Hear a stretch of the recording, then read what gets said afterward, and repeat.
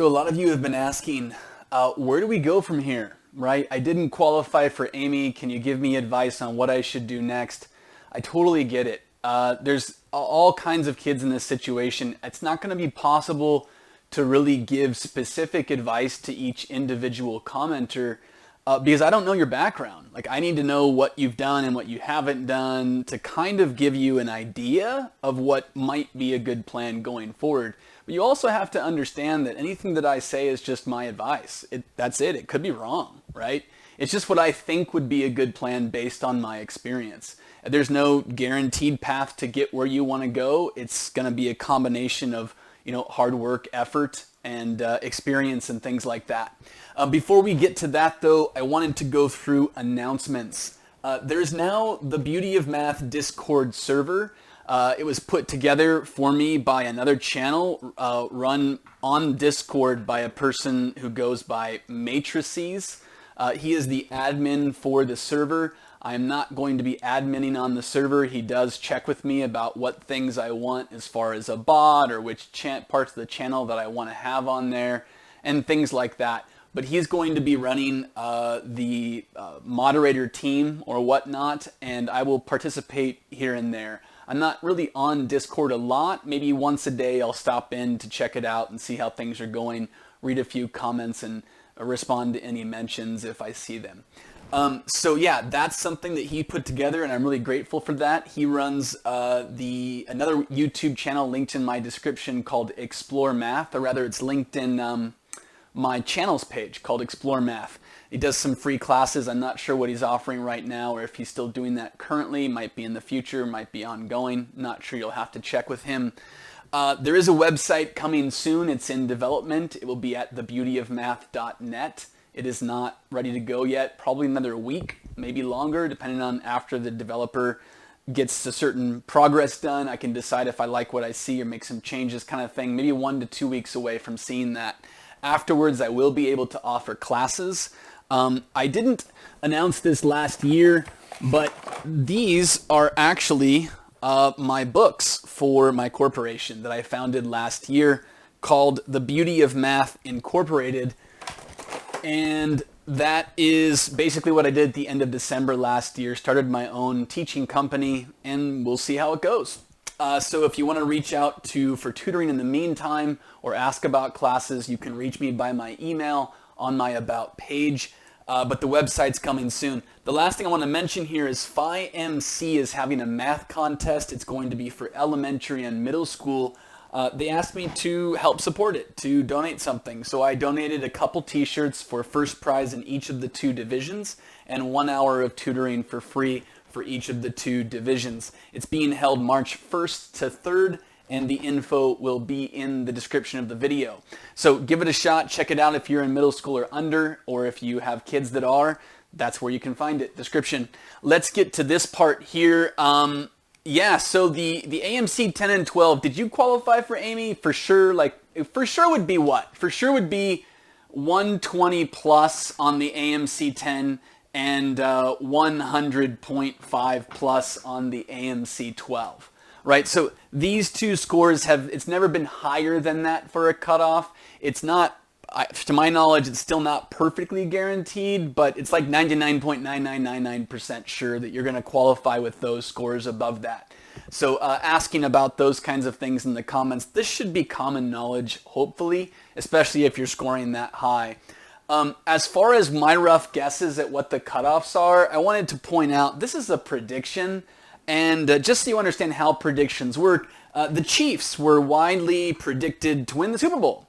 And then they met Tom Brady in the Super Bowl. And he won his 7th Super Bowl ring, which is 3 more than any other QB in history and 1 more than any franchise has ever won.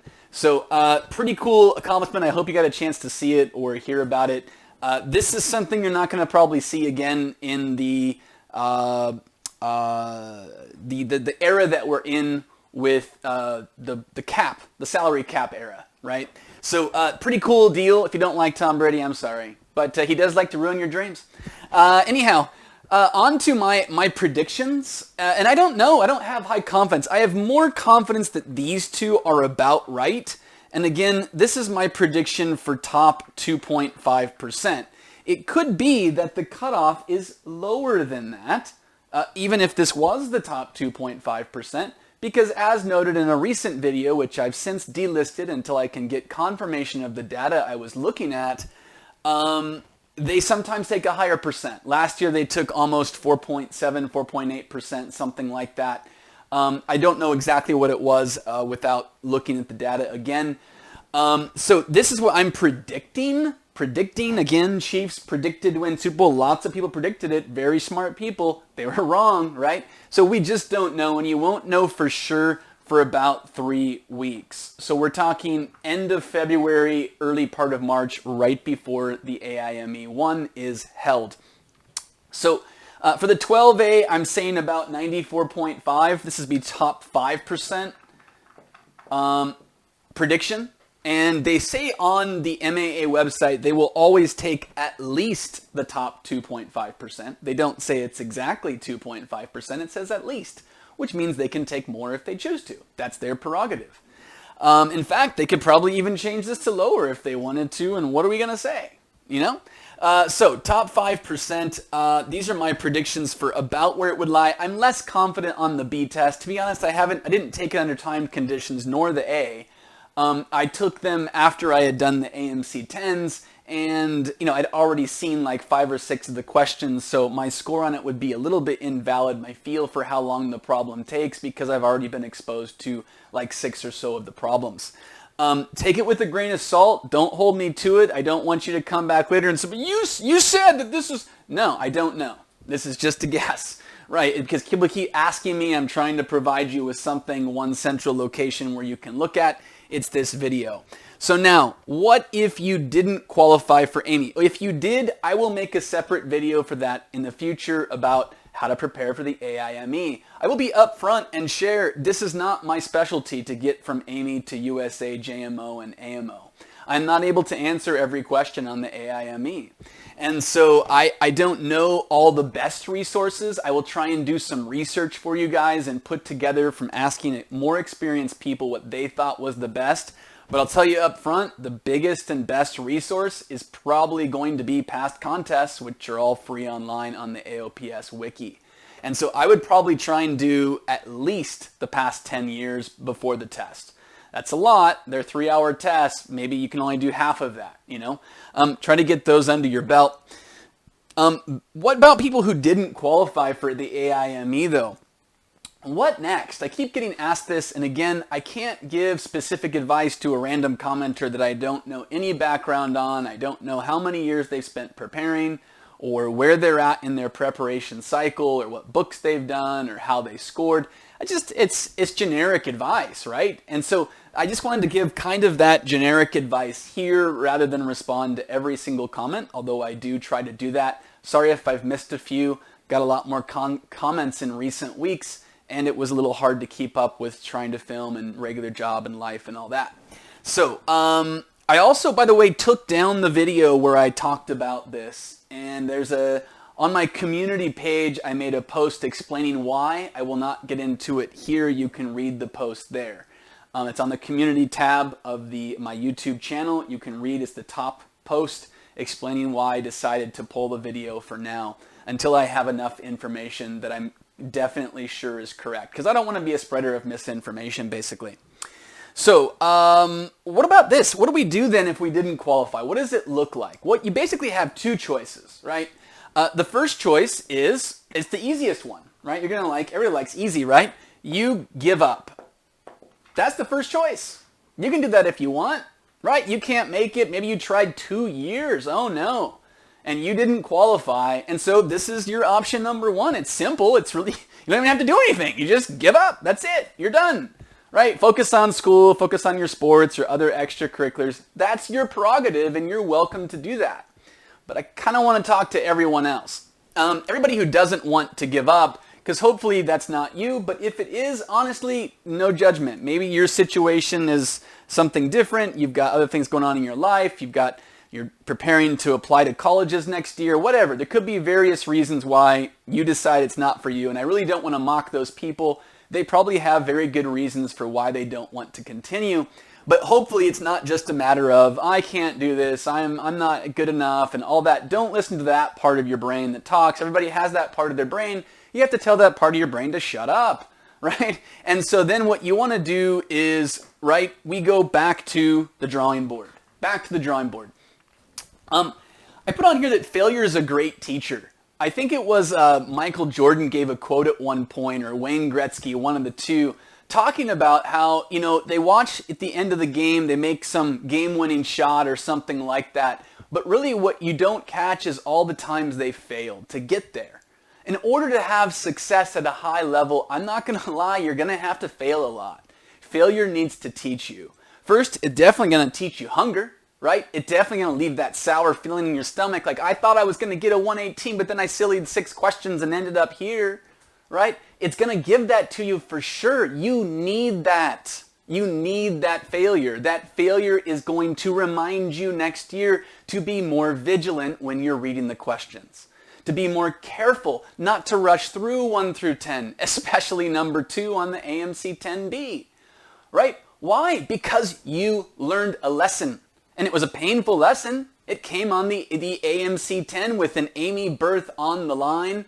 And we'll talk more about that later, and it didn't materialize for you. My heart goes out. Honestly, it does. I'm not mocking you, right? I've been there. I did not qualify for the AIME until my senior year of high school, okay? So I was right there. I came really close my junior year, and I made a silly mistake. And that silly mistake cost me. With my plan, I fell just below the cutoff by 1 question. So it is what it is. Senior year, same plan, but this time I was super, super careful not to make mistakes, and I got qualified for the AIME. And so there's that. You might have to do that as well. It might take you till your senior year to get it, right? It can't, even that, it's not guaranteed, right? You're going to have to learn from your failures and the mistakes that you've made.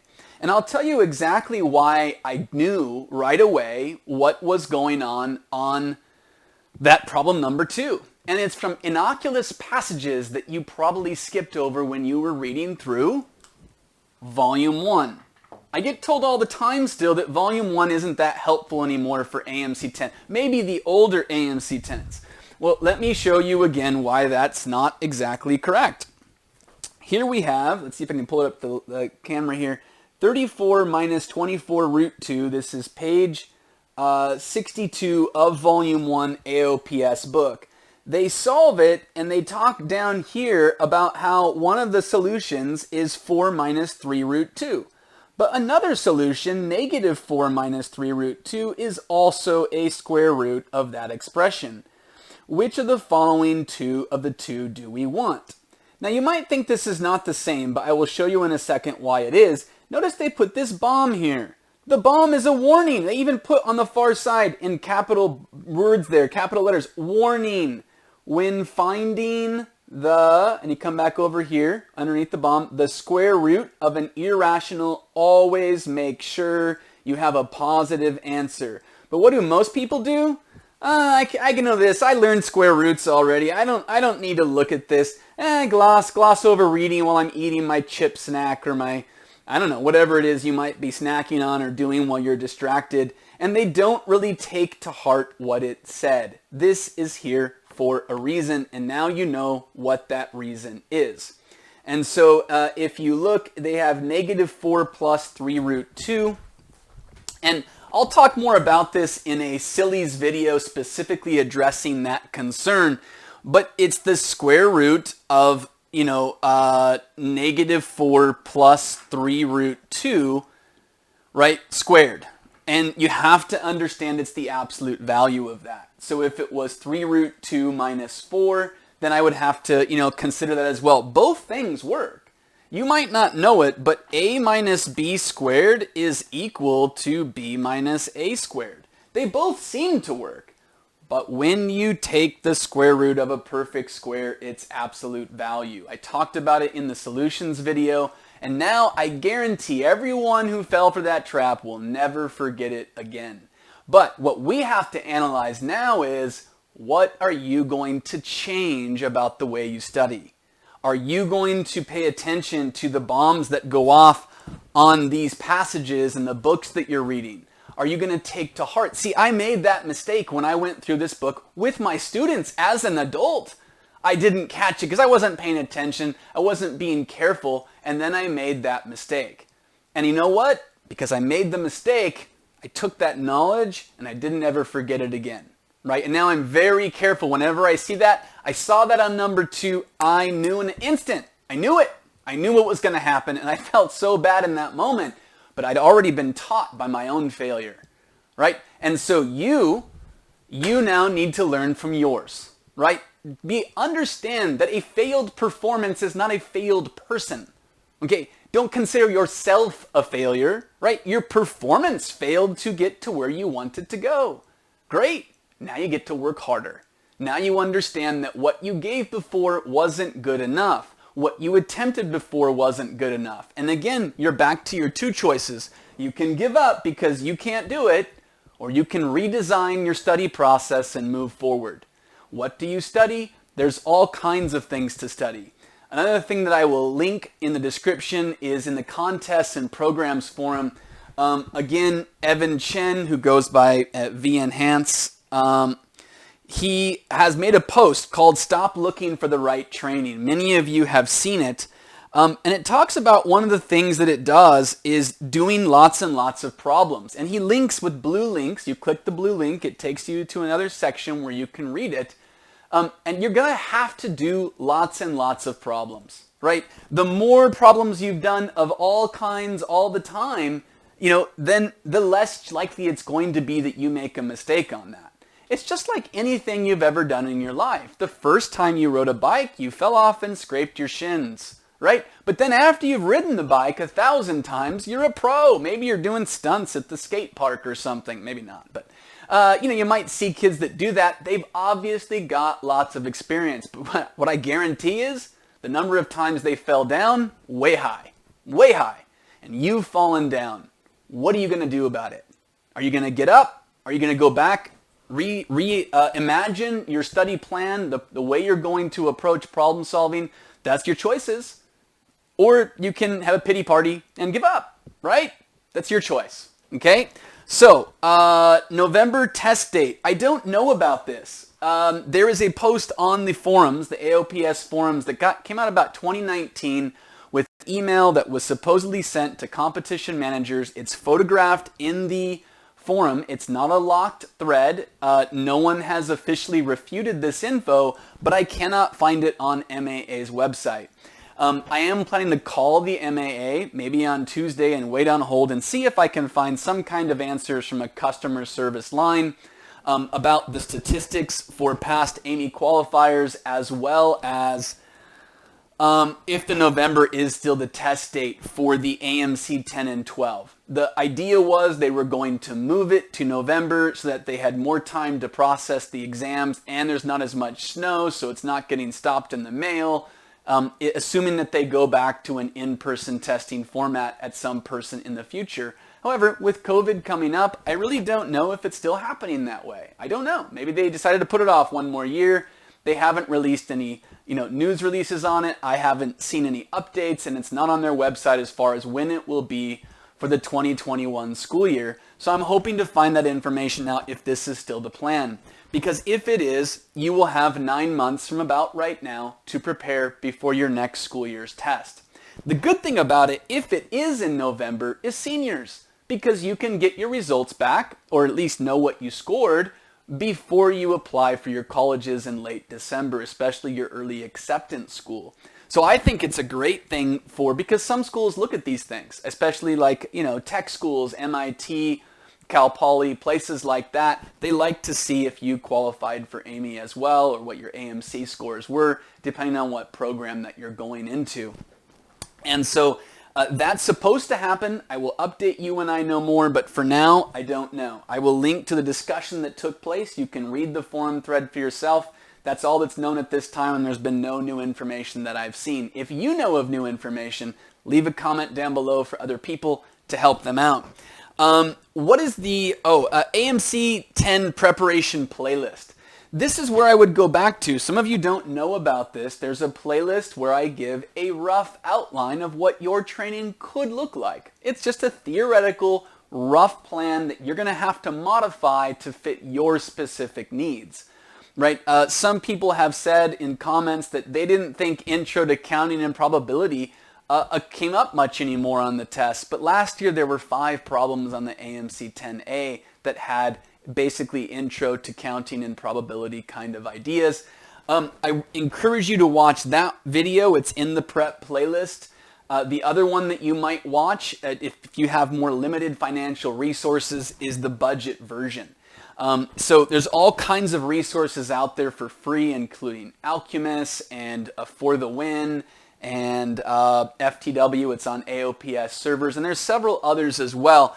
Discord servers have a lot of resources. There's handouts. There's all kinds of stuff that you can use to get prepared if we only have 9 months in those 9 months.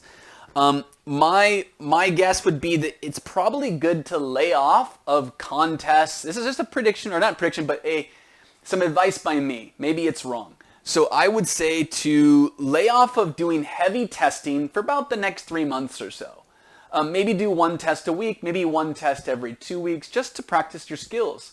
But the majority of the next 3 months, you should probably, in my opinion, again, other people that are smarter than me may disagree. And you can ask them for their opinion too. It's a free country. Do what you want, right? And they might be right. I'm not even saying that they're not right. So I would probably spend about 3 months trying to build your knowledge base. Increase your knowledge base. This is my general answer for everyone. Go back and gain theories. Go through volume 1 if you haven't. What is your weakness? Is it counting and probability? Go through the Intro to CNP book. Is it number theory you want to improve? Do that one. Are you beyond that? Maybe you're a freshman or sophomore in high school. Probably a good one would be intermediate algebra. I think it's a great book. It actually is kind of like a hybrid between like pre-calc, right? Even though it's called intermediate algebra. In the school system, a lot of what you do will directly relate to your pre-calc knowledge. And so I think it's a great book for around freshman, sophomore year to try that. And you can watch those videos to get that advice, but that's basically it. What do I do? How do I get better? It's on this playlist. Check it out. Those 2 videos, the How to Prepare for the AMC 10 video and the How to Prepare Budget Edition. Right? They're both on the playlist. You might have to skip down to get to the Budget Edition 1 or Budget version.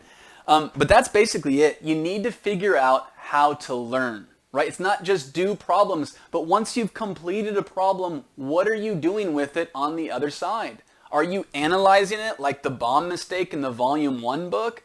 Are you doing that? Are you looking at the things that you did and adding those mistakes that you made to your be careful list, right? Everybody should have a different list, a different notebook that you're tracking all of the things that you learned. And for some people, they learned something in 5th grade and it's common knowledge now, and you might be learning it as a sophomore or a freshman and never heard of that.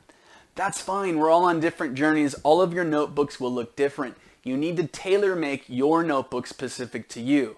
If you want to know what that looks like, there's the How to Study video in the preparation playlist. So that's it. That's all the advice that I have about what do we do if we didn't qualify for AIME, or how do I go about not making mistakes.